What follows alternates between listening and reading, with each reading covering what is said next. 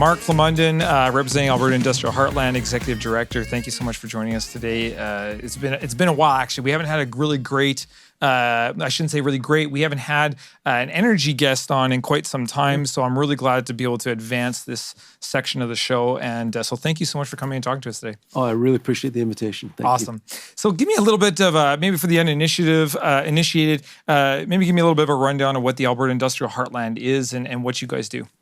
Yeah, happy to do that. So there's two things to talk about here. There's Alberta's Industrial Heartland as a jurisdiction, and there's Alberta's Industrial Heartland Association, which is the association that represents the municipalities and tries to promote this region. So I'll talk about both those things. So in the mid-90s, four municipalities, Strathcona County, Sturgeon County, Lamont County, and the city of Fort Saskatchewan, zoned off a region, was named Alberta's Industrial Heartland with the intent of making this sort of a focused value-add energy cluster. Gotcha. And at that time, they formed the association to steward economic development in this region called Alberta's Industrial Heartland. It sits in the northeast corner of the Edmonton metropolitan region. And about 10 years later, so that was in 1998, the association was formed. 10 years later, so the city of Edmonton joined as well, and there's a portion in the city of Edmonton that's in the Industrial Heartland. So each of these municipalities, City of Edmonton, City of Fort Saskatchewan, Strathcona, Sturgeon, and Lamont counties, each of them have some area of land in Alberta's Industrial Heartland, and they fund Alberta's Industrial Heartland Association to advance economic development and investment attraction to this region. Gotcha. And, this is a massive area, 582 square kilometers, which is massive. And the intent is that this region becomes a value-add energy cluster. And our role then as an association is to really, promote the region. So there's a significant marketing effort, but there's also an effort to work directly with investors to help them understand the region, site selection services, figuring out potential feedstock strategies, access to infrastructure, introduction to joint venture partners, introduction to government folks, that sort of concierge service, facilitating companies to help them understand if their investment makes sense in the Industrial Heartland. And that's a big piece of what we do. We have other parts of our association too. We do some government relations, government awareness, communications, social media stuff, but it's all with the intent to underpin growth in the region. Oh, that's awesome. I love the concierge service. We talk a fair bit on the show about new market entry, and that seems to be such a unique and important, almost critical thing that we need as a province and as a country is just that new market entry organization that can basically navigate for someone coming in, like what you just said. So what are some of the target audiences that you guys are looking for when you're attracting, and you say, you're trying to market the sector and the industry within the Alberta Industrial Heartland. What are some of the target audiences you're looking for to bring in? Right. So, there's a fairly wide range, but, we have to recognize that there's competitive advantages, and you need to emphasize and lean on those competitive advantages if you're going to have a chance of landing an investment here versus other parts of the world. So while we would love to have as wide a range of industries and investments in the region, it naturally results, the companies that come here looking are the ones that really want to take advantage of those low-cost energy resources. So the low cost, either it's methane or ethane or propane or butane or others. These are all components of natural gas. Access to low cost feedstocks. And then add that on, access to all of the infrastructure, skilled workforce, available land, and now carbon capture, utilization, and storage. All of the infrastructure and advantages, it's companies that can take advantage of those types of assets that really add a strong value and add a value proposition to the types of investments that companies would be looking for here. So those are typically value-add energy type investments. There is some opportunity, of course, for some straight manufacturing, et cetera, but we're always challenged with proximity to large population bases. Yeah, so often the type of company that is interested in the Industrial Heartland is large volume, access to those low-cost feedstocks to produce one step in the value chain to get a product that is exported to market. Gotcha. We do spend a lot of time, though, looking at various sectors. How can we diversify the region as much as possible? How can we have as wide a range of products produced in the region? It always comes down to, though, what what makes sense for investors and companies that are looking to build their next facility. Fantastic. In previous conversations, you've mentioned stuff about just to kind of pinpoint and highlight the unity and the importance of unity, getting all those municipalities together as another value add. So you've talked about the raw materials piece. So you talked feedstocks and how advantageous the area is for that. And then on top of that, I just want to talk to government, having that unification of municipal governments with those different municipalities. Some of those things that you mentioned in other conversations, maybe just pinpoint a little bit on that. Like you even talked about emergency services and those other things that are not very, pinpointed. Yes, exactly. Yeah. So they don't result in a number on a spreadsheet, right? But they add value to the region. And so it is important to emphasize that the collaboration in the region, it's second to none. And I'm not just talking about collaboration across the municipalities. That's also very, very strong. But the collaboration amongst industry participants and between industry and the municipalities and industry and the provincial government, it's second to none. So there's a collaborative effort in the Industrial Heartland region on airshed monitoring. So the Ford Air Partnership is a entity that is a collaborative effort between governments and industry. There is emergency response entity, so it's called NRCare. That's a collaborative effort between municipalities and the industry in the region, recognizing, of course, that with airshed monitoring, emergency response, these things are most effective in a collaborative effort, and it's value add for everybody to be collaborative. Likewise with even just community relationships. So there's a collaborative effort between the Industrial Heartland and the industrial associations in the region, NCIA, Ford Air Partnership, and NRCare. It's something called Life in the Heartland. And that is a collaborative effort that is intentional in terms of communicating outwardly to residents what's happening with industry in the region, what activities are going on, just raising awareness so that people, builds a level of trust between community and industry. So this, and then there's others, right? These are just sort of three. This collaborative effort in the region, it really demonstrates that you've got support. For a new entrant into this region, recognizing that you've got support in this region, the community understands and is supportive of industrial development. There is a collaborative effort around these sort of outward-facing activities. It just really adds to the value proposition in our region. Well, and that community ultimately becomes your workforce. Absolutely. So they have to have ultimate buy-in at the end of the day, and to see that it's such a vast plethora of community that's involved in this association. Like you said, it's second to none. It's tough to beat.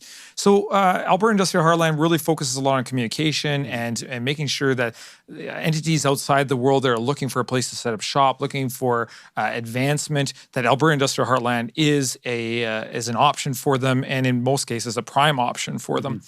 What is the process to attract them and communicate to them? I mean, is it traveling out into the world as an association and telling the story at conferences and so on and so forth? Is it direct reach out? Like, how is that? It's a complicated process. How is that? Yeah, there's a number of marketing vectors that we look at, and some are, the most effective ones. I mean, of course, we have a website, and there's some incoming calls that come through the website or some promotional materials that we put out there. Mostly, though, it is being in market, having our team in market, at conferences, meeting companies who all, go to these specific conferences to advance their investment interests. And so it is being in market and then doing head office visits and building credibility over time with companies. Now, I want to be clear on that point. Like, these conversations for the large value-add investment projects, conversations can be a decade, right? Like, it's not, oh, we just met you, we're going to build a plant next year. That's rarely the case, right? It is introductions, conversations, discussions around the competitive advantages in the Industrial Heartland. Maybe there's enough interest where you can send some information and highlight some specific feedstock strategies or what can be done or what the real competitive advantages are. That may then lead to tours, site visits. So site visits and tours, every time you have somebody who comes to Industrial Heartland where you drive them around, seeing is believing is, okay, look at this region. Look at the land that's available. Look at the cluster that's here. Look at how environmentally responsible everything is here with respect to the companies that are operating here already. And also just seeing as well that, okay, this is a bona fide cluster. There's over 45 billion of assets in the ground as we speak. That's supported by capable industry, supply chains, maintenance services, engineering services, all of the supports that make this cluster happen. Seeing it, you go, okay, wait a sec, this is a real cluster. This can really happen here. And so those are the most effective for us. And that takes a lot of time, a lot of effort, but that's the most effective for us. Of course, you've got all the other sort of marketing strategies, but really being in market physically, personal connections, personal conversations, one-on-ones, that's most effective for us. Awesome. You talk about responsibility, and as the world has changed so much in the last few years, ESG has become a big topic, and communicating that, especially for investors, companies want to know that their methods by coming here is responsible, and so on and so forth. How has your communication changed around that, and emphasizing all of these awesome opportunities that are here, along with the public benefit and the market benefit from ESG? How's that communication happened? Yeah, so we emphasize that point, but interesting enough, again, the companies themselves know the markets and they know where markets are going, and they're often coming to us specifically wanting to talk about how they're going to manage their carbon emissions, for example. Like, you won't have a conversation about a new value add facility without them wanting to have a conversation about how they can manage their carbon emissions, what are the carbon capture and storage capability in the region, and who can we talk to on those things. So, we will, of course, promote the ESG strength that's offered in Alberta and the industrial heartland. But a lot of cases, again, companies know their markets. They know where they want to go. They know what their objectives are. And they're driving that themselves by talking to us and seeing that. So it's both ways, right? Gotcha. We, of course, promote it, becomes part of our marketing tools. But in a lot of cases, companies know their objectives for their ESG goals, and they're looking to meet those objectives. And it's a conversation, from them saying, how can we meet our ESG goals? And we're right there to tell them all the great things that happen in the industrial heartland and how they can meet their ESG goals. Awesome. Something we've talked about before is based around what the potential of the Alberta Industrial Heartland is for the province of Alberta, the country, I mean, even the world. I mean, when you're attracting international investors, now it's I love the term, and I've kind of coined this myself, introducing Alberta to the world and the world to Alberta. Right. And you guys are an example of that through and through by trying to get people to come here and set up shop here. So, the opportunities, I think, when we talk feedstock and everything else, are massive. ESG obviously is there. What are some of the key things you might be looking for to bring to the heartland? So if we were to talk, let's talk to the world right now for a second.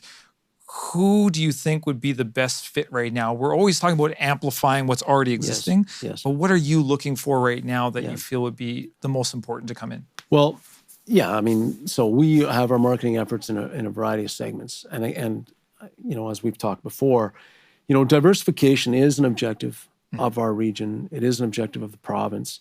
And so, new entrants into the region that would produce products that have different end markets than we currently have, that is always welcome, right? Because the wider range of end markets you have, the more diverse of a revenue stream companies have, and then ultimately the more robust and stable activities you have, and all and then the community as well becomes more robust and more stable, and that really, I think, leads to strong communities having not being in a boom bust economy, but in a more stable economy leads to robust communities, and so diversification is really important. So for us, where we can attract a wider range of companies that produce different end products, that is really valuable for us.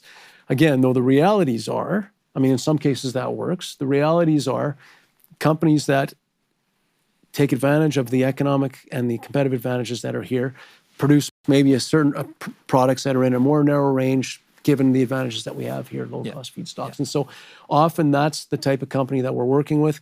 And we will work with anybody who comes here and says, look, we want to understand the heartland. We want to help them understand. All facilities built in the industrial heartland and built in Alberta meet the stringent regulatory requirements of the region, and so there's no concern there.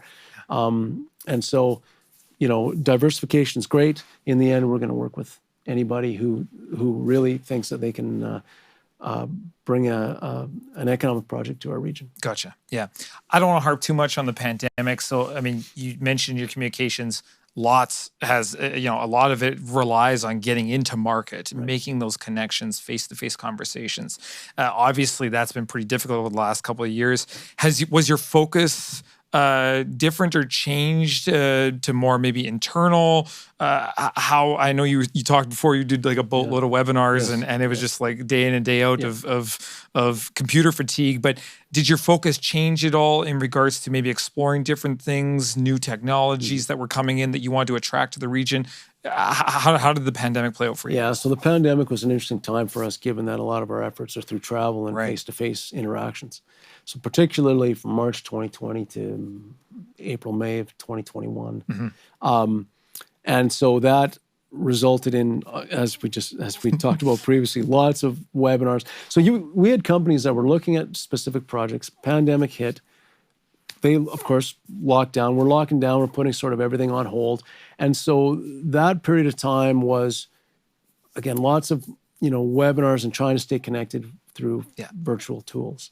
But, really, in about a year, even though we weren't fully out of the pandemic, and you can argue we're not fully out of it now, of course, but companies started saying, okay, we recognize, I think we see the light at the end of the tunnel. We're going to now open up again our business development activities. And so we were able to continue to advance business development activities online, virtually, and then now we're getting back into the travel again. So there wasn't like this massive shift to a different type of product or a different value proposition, because our value proposition holds in all cases. Gotcha. It was more just the tools that you used, and then the activities now are picking back up to where we were. Right. Is there any specific or key messaging that you guys are focusing on right now? Like as the world changes and as markets change, obviously, is there certain things that you hone in and key to that might be needing a spotlight right now? Well, the key point that we make to investors and to governments is that in the industrial heartland, you can meet both your economic objectives and your ESG objectives. Gotcha. And as I mentioned, as companies are looking to meet their ESG objectives, the industrial heartland becomes one of the areas that they're seriously looking at. Because there's very few regions in the world that are going to have your low-cost feedstock and your carbon capture and storage capability and the social and governance standards that you have here in Canada and leadership that you have from companies here. So, that's what we're really trying to highlight to companies is that, this region you can use this region to enable you reaching your objectives across the whole spectrum. It's an all-in-one. It's absolutely. We've talked about below the soil. We've talked about ESG. We've talked about governance. The social impacts that we're really focusing on making sure that they're responsible. It's an all-in-one, and I think we've said this before, but it is tough to beat being here, in my opinion, for sure. And as the ESG component becomes more important for companies because end markets are demanding it. Yes. I think that just continues to raise this region's profile and the advantage of this region because it offers that strong support for ESG initiatives. Yeah. Not and just investors are guiding that too, right? Exactly right. And that's a big part of businesses' decisions is what do our investors want? And we talk about markets guiding how things move things. Going into the future, what are some of the well, actually, I'm going to go back. When we look at Alberta as a whole and its powerhouse, and Alberta Industrial Heartland and its powerhouse of where it is, strategically compared to the rest of the world, like, would you argue that we're probably one of the tops? And do we have any other advantages that we might be able to go and pursue that would take us to the next level? Like you're talking about other outside the sector and the well, it's interesting. So the Edmonton metropolitan region has got a lot of things going for it, and we work.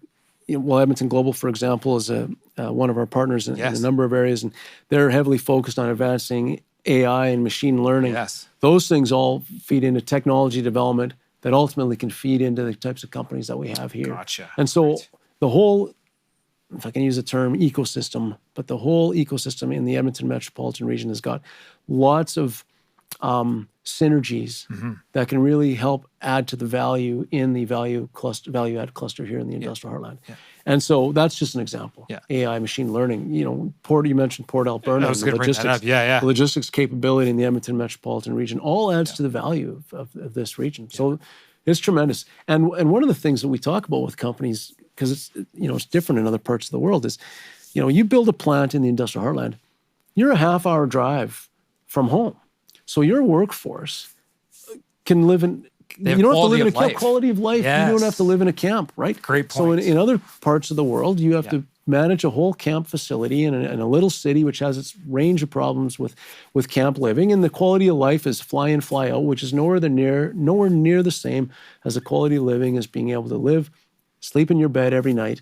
That again builds robust communities. No kidding. Yeah. And because the industrial heartland is right in the northeast corner of the Edmonton metropolitan region, it is again one of those sort of intangibles that underpins the overall value proposition here. Yeah.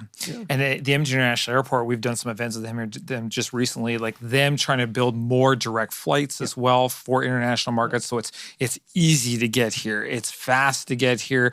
And that just helps.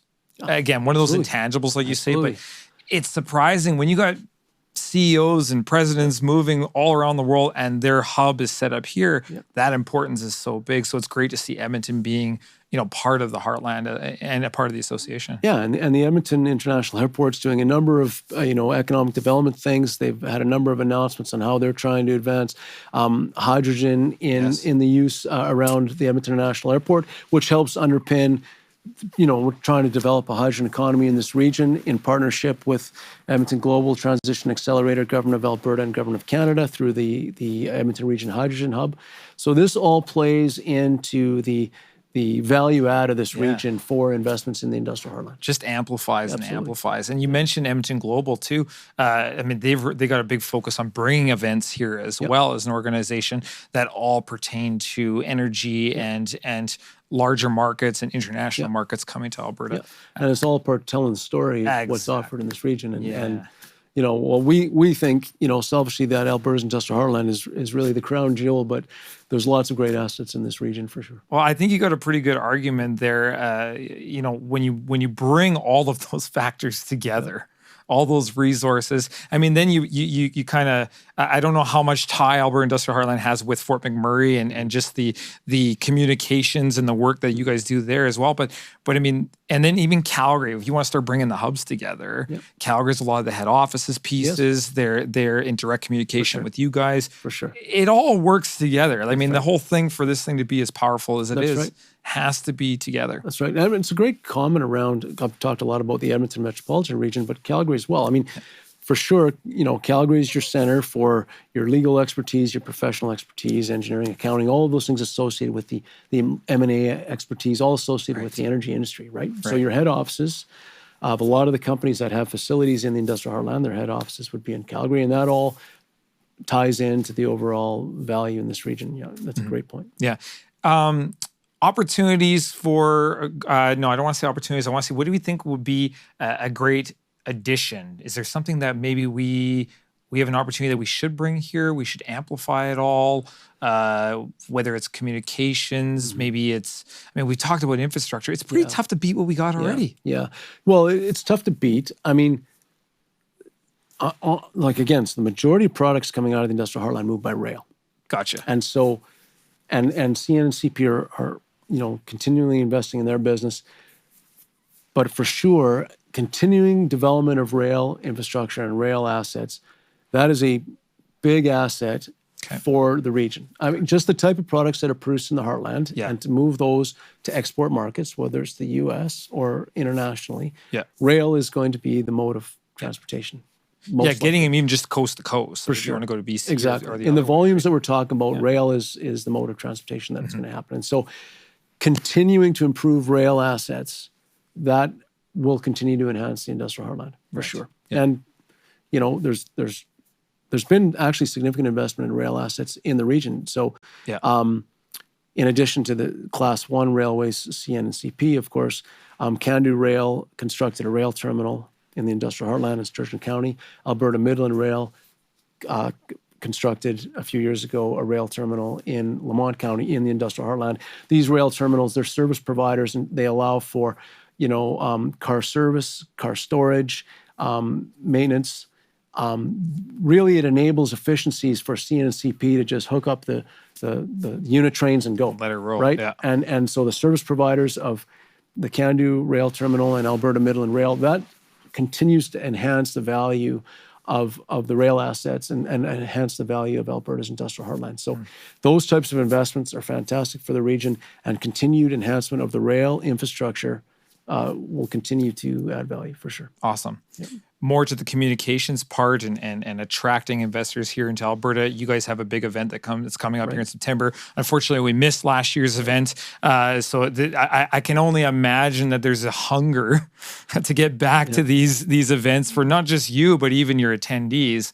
Maybe speak a little bit to the importance of that event and what that revolves around, what the focus is. Yeah. So, well, we were really disappointed last year because last year the summer was fairly open from a COVID protocol standpoint. Yeah. And so we put tickets on sale, and the week before we had to cancel the Omicron variant. So it was really disappointing for us. And so we're looking forward to September again. The purpose of that event really is to sort of spotlight the activities in Alberta's industrial heartland, continue to communicate to the region, to residents, municipal politicians throughout Alberta primarily, but some national and some international. Okay. What's going on in Alberta's industrial heartland. And so we think it's important to hold that event. It's been a very popular event, so there's obviously interest in what we have going on. And so we try to spend part of that event talking about specifically what's going on in the industrial heartland. We want part of that event to sort of talk about the general economics of Alberta, as well as maybe the pet chem space or wherever there's growth. Mm-hmm. And then we usually try to end the day with, a keynote speaker who is entertaining and is able to, really take you away from the world for a little bit. Yeah, not entertaining in terms of not being related to what we're doing, but just, providing some lighthearted insights into what's happening and really just to close out the day. But that event of ours that we've been holding, we really appreciate all of our stakeholders and partners who have interest in coming to that and our sponsors, and we're looking forward to doing that again. They're really well attended, and at the last one that we were at, the information that was given, I'm trying to think of his name. He was mostly around plastics. So there's last time we held, we had Bob Masterson from CIAC, the Chemistry Industry Association. That's who it was, is Bob. We talked about the plastics and the recyclable plastics. Yes. Did a great job. Yeah. We also have had Mark Aramo, who is a senior executive with IHS Markit, so an energy analyst, and his expertise is the petrochemical sector. Yeah. So he'll talk about petrochemicals because that's, again, such a growth area for us. Big time, yep.